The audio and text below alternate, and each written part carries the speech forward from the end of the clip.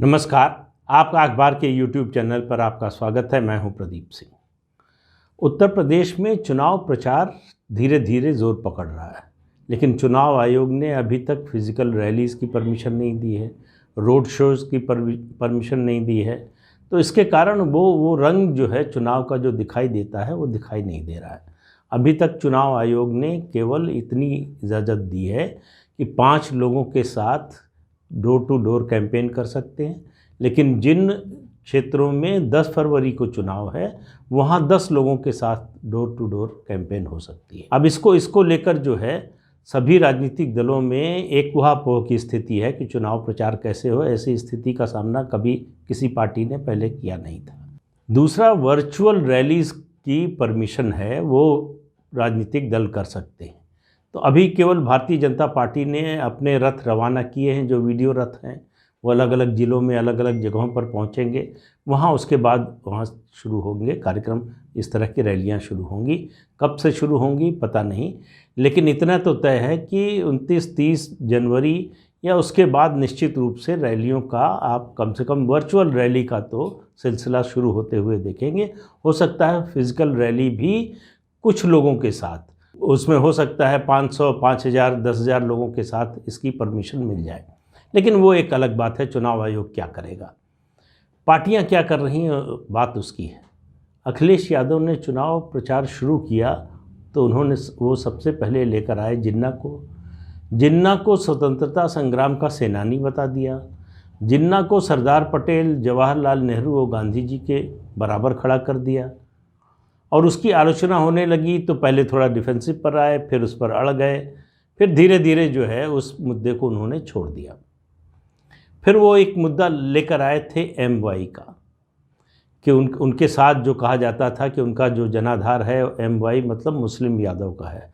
तो उन्होंने कहा कि नहीं, MY हमारे लिए महिला और यूथ है। वो भी मुद्दा पीछे चला गया, उसकी बात करना उन्होंने बंद कर दिया। एक मुद्दा जो लगातार वो बोल रहे हैं और पिछले 5 साल से, इसमें मानना चाहिए कि कंसिस्टेंसी है। वो जो छोटा बच्चा अपना खिलौना छिन जाने पे, सबसे प्रिय खिलौना छिनने पर जिस तरह से रोता है, उस तरह से वो आज तक, अभी 5 साल होने जा रहे हैं, स्वीकार नहीं कर पाए। उनको जो है मतदाताओं ने नकार दिया, उनकी हार हुई है, सत्ता उनकी चली गई। उनको लग रहा है कि धोखे से उनसे छीन लिया गया है। तो वो बार बार ये बात कहते हैं, ये काम तो मैंने शुरू किया था, ये काम तो मैंने सोचा था। जो सोचा था वो भी उनका मानना है कि उन्होंने सोचा था, इसलिए उन्हीं के खाते में जाना चाहिए, उन्हीं को श्रेय उसका मिलना चाहिए। तो इस तरह से आप देखें अलग अलग परियोजनाओं के बारे में जो है, कानपुर की मेट्रो तो मैंने सोची थी, वो तो कह रहे चला भी दी थी। लखनऊ की पूरी चली नहीं थी। टेस्ट जो है रन हुआ था छोटे से 3 या 4 किलोमीटर का, बस। उसके बाद 1-1.5 साल लगा है योगी आदित्यनाथ की सरकार बनने के बाद लखनऊ मेट्रो को पूरा होने में। कानपुर की तो बात ही छोड़ दीजिए। लेकिन अब वो श्रेय ले रहे हैं तो उससे उनको कौन रोक सकता है। उनको एक बात समझ में नहीं आ रही, बार बार कह रहे हैं कि ये काम किया, वो काम किया, कि आपने जो काम किया था उस पर 2017 में जनादेश आ चुका है। लोग अपना फैसला सुना चुके हैं। लोगों ने आपके काम को रिजेक्ट कर दिया है। आपका जो नारा था कि काम बोलता है, लोगों ने उसको स्वीकार करने से मना कर दिया। लेकिन इस मामले पर तो कंसिस्टेंसी है उनकी। लेकिन अभी जो पिछले 2-3-4 दिनों से हो रहा है, आप देखिए तो पिछले नवंबर से, मेरा ख्याल है अक्टूबर नवंबर से अलग अलग एजेंसियों ने चुनाव सर्वेक्षण शुरू किया था, और ज़्यादातर एजेंसियां लगातार अखिलेश यादव यानी की पार्टी, समाजवादी पार्टी को लगातार बढ़ते हुए, बीजेपी को पहले स्थिर और फिर थोड़ा कम होते हुए, ये लगातार दिखाते रहे कि समाजवादी पार्टी कैसे 19-20% से बढ़ते बढ़ते 22 हुई, 23 हुई, 24 हुई, 34% तक पहुंचा दिया। तब तक अखिलेश यादव को ओपिनियन पोल से कोई एतराज़ नहीं था, उससे कोई परेशानी नहीं थी। अब वही ओपिनियन पोल कह रहे हैं कि अखिलेश यादव पीक कर गए हैं। अब वो, उनका जो समर्थन है उसका आधार बढ़ने वाला नहीं है।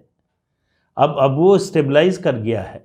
और मेरा मानना है कि इसमें और कमी आने वाली, जो 34% तक ले गए हैं वो 30% या उसके नीचे आने वाला है अल्टीमेटली जब चुनाव का नतीजा आएगा। लेकिन मान लेते हैं कि 34% पर पहुंच ही गया है। तो अब क्या हो रहा, आप देखिए, एक बात को आप किसी पार्टी के समर्थक हों, किसी पार्टी को मानते हों, किसी पार्टी को न मानते हों, आप किसी को वोट न देने वाले हों, नोटा का बटन दबाने वाले हों, जो भी जिस राय के भी हों, एक बात तो आप सब लोग स्वीकार करेंगे कि अगर 5 साल सरकार चलाने के बाद पार्टी, किसी पार्टी जो सत्तारूढ़ पार्टी है उसके वोट शेयर में कमी ना आए, और ये वो एजेंसीज दिखाएं जो लगातार समाजवादी पार्टी को बढ़ता हुआ दिखा रही, तो वो 39 से 41 के बीच में भारतीय जनता पार्टी को दिखा रही हैं, जो 2017 में 39 पॉइंट समथिंग परसेंट वोट मिला था बीजेपी को। तो 5 साल में अगर उसी वोट परसेंटेज पर है पार्टी 5 साल की सरकार के बाद, तो इसका मतलब एंटी इनकम्बेंसी तो नहीं है। तो यही असल में अखिलेश यादव की समस्या है कि अब उनका जनाधार या उनका समर्थन बढ़ नहीं रहा है। जितने उन्होंने समीकरण बिठाने थे, जितने समझौते करने थे, जितने गठबंधन करने थे, सब कर लिए। एक घटना हुई है जो मैंने कम से कम आज तक 35-40 साल से चुनाव देख रहा हूँ, राजनीति देख रहा हूँ, मैंने नहीं देखा कि किसी पार्टी ने ऐसा किया हो। और जो पार्टी सत्ता में आने का दावा कर रही हो, जिस पार्टी के नेता ये दावा कर रहे हो, अभी उन्होंने आज या कल दावा किया है कि उनकी पार्टी को 403 में से 400 सीटें मिलेंगी। तो ऐसी पार्टी जो 400 सीटें मिलने का दावा कर रही है, तो उसका समझिए आप कॉन्फिडेंस लेवल क्या होगा, उसको अपने जन समर्थन का भरोसा क्या होगा, बहुत ऊंचाई पर होना चाहिए। वो पार्टी अपने उम्मीदवारों की घोषणा ही नहीं कर रही है, चुपके चुपके टिकट बांटे जा रहे हैं। अभी तक जो 29 उम्मीदवार आरएलडी और समाजवादी पार्टी के पहले लिस्ट में आए थे, उसके बाद कोई सूची समाजवादी पार्टी ने जारी नहीं की है। पहले फेज़ के लिए नॉमिनेशन की तारीख निकल चुकी है, जिनको टिकट मिला है वो नॉमिनेशन कर चुके हैं, लेकिन समाजवादी पार्टी ये साहस नहीं जुटा पा रही है कि वो अपने उम्मीदवारों की सूची सार्वजनिक रूप से उसको घोषित करे। ये छोटी हो, बड़ी हो, जीतने वाली हो, हारने वाली पार्टी हो, सत्तारूढ़ हो, विपक्ष हो, कोई भी हो, इस तरह का रवैया तो मैंने किसी पार्टी का नहीं देखा।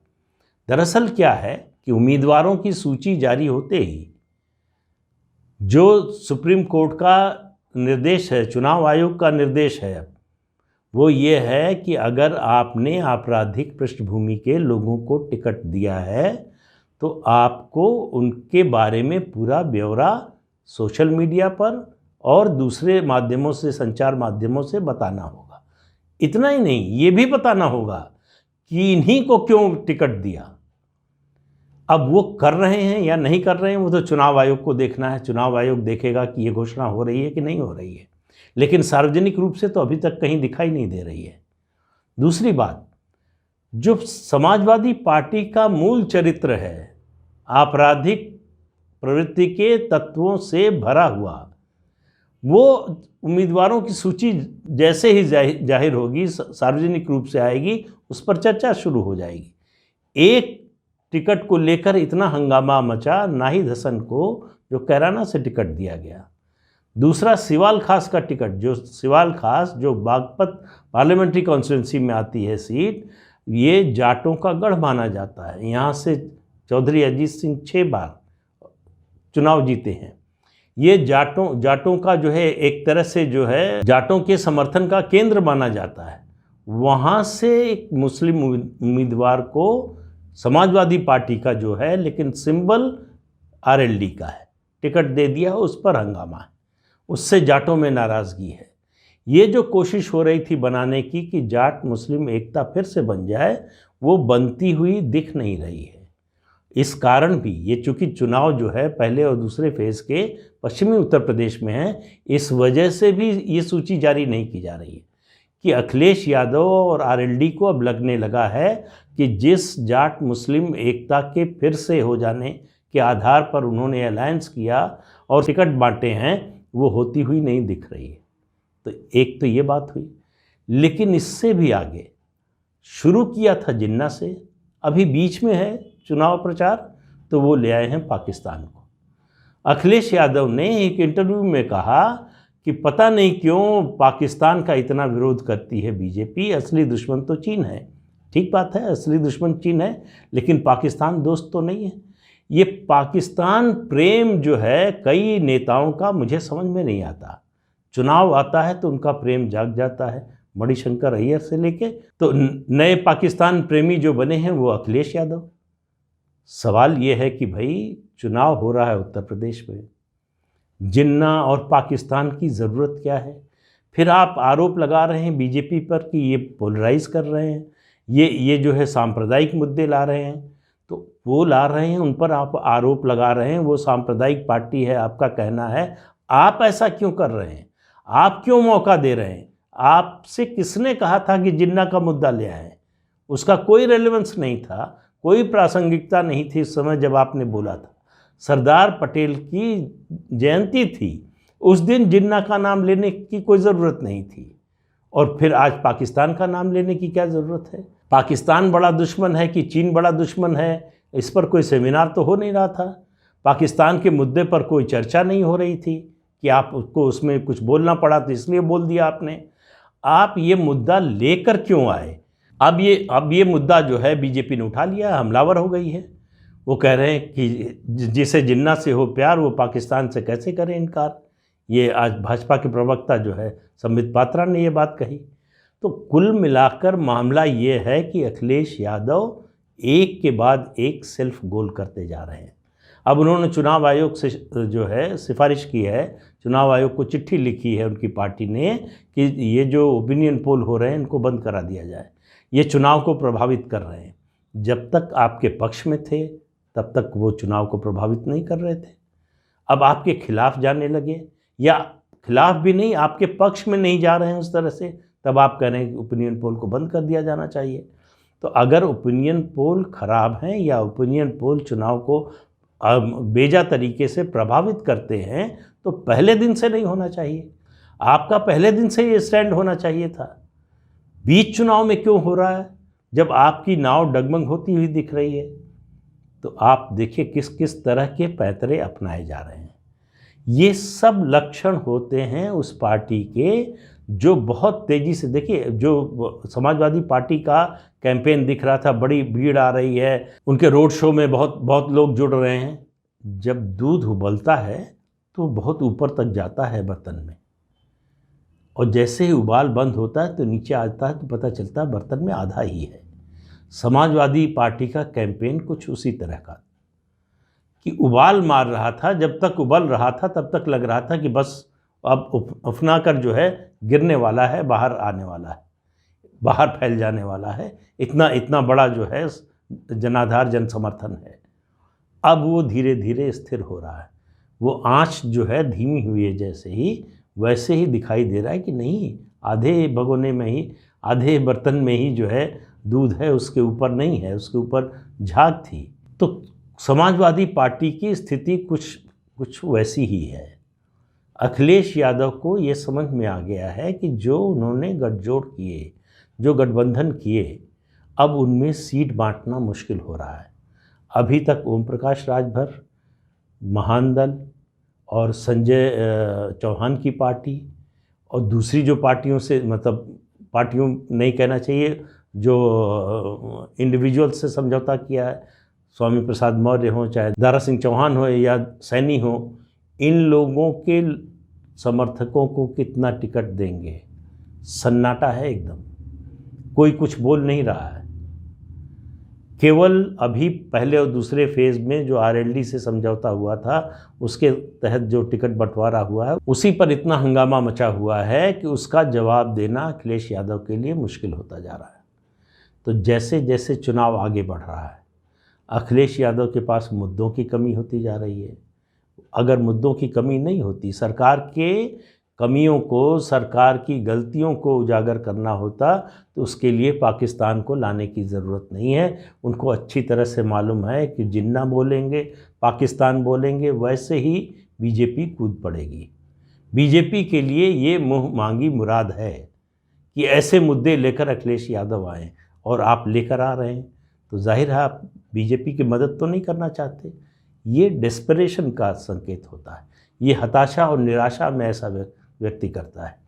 वही हाल अखिलेश यादव का अभी से होने लगा है। तो आप मान कर चलिए कि अभी आने वाले दिनों में स्थिति बेहतर नहीं होने वाली। इतना तो अखिलेश यादव के जो बड़े से बड़े समर्थक हैं उन्होंने भी स्वीकार कर लिया है कि भाई अब वो पीक कर गए हैं, उनका समर्थन जो है अब इससे आगे नहीं बढ़ने वाला। और उत्तर प्रदेश में सरकार बनाने के लिए जो बार है इस समय, जो बीजेपी ने ऊंची कर दी है, वो 40% है। तो अगर 39% पर भी मान लें बीजेपी को, हालांकि 39 से 41 के बीच में अलग अलग ओपिनियन पोल बता रहे हैं, 39 सबसे कम भी मान लें तो 5% का अंतर है। और इस तरह की लड़ाई में 5% का अंतर बहुत बड़ा अंतर होता है। वो सीटों में और बड़ा दिखाई देता है। परसेंटेज में भले ही आपको 5% बहुत ज़्यादा शायद न दिख रहा हो, लेकिन वो सीटों में जो अंतर डालता है वो और ज़्यादा बहुत बड़ा होता है, कई गुना होता है। तो अखिलेश यादव की तुकताल बिगड़ रही है और आने वाले दिनों में इसके सुधरने के मुझे तो अभी फ़िलहाल कोई संकेत नहीं दिख रहे हैं। हो सकता है आने वाले कुछ दिनों में वो एक और सेल्फ गोल करें। तो ये चुनाव जो है, मुझे लगता है कि आखिर में अखिलेश यादव के सेल्फ गोल्स के लिए याद किया जाएगा। तो आज के अंक में इतना ही। अगले अंक में फिर मिलेंगे किसी नए मुद्दे के साथ। तब तक के लिए इजाज़त दीजिए। नमस्कार। आपसे अनुरोध है कि ये चैनल देखिए, शेयर कीजिए, लाइक कीजिए और सब्सक्राइब ज़रूर कीजिए। नमस्कार।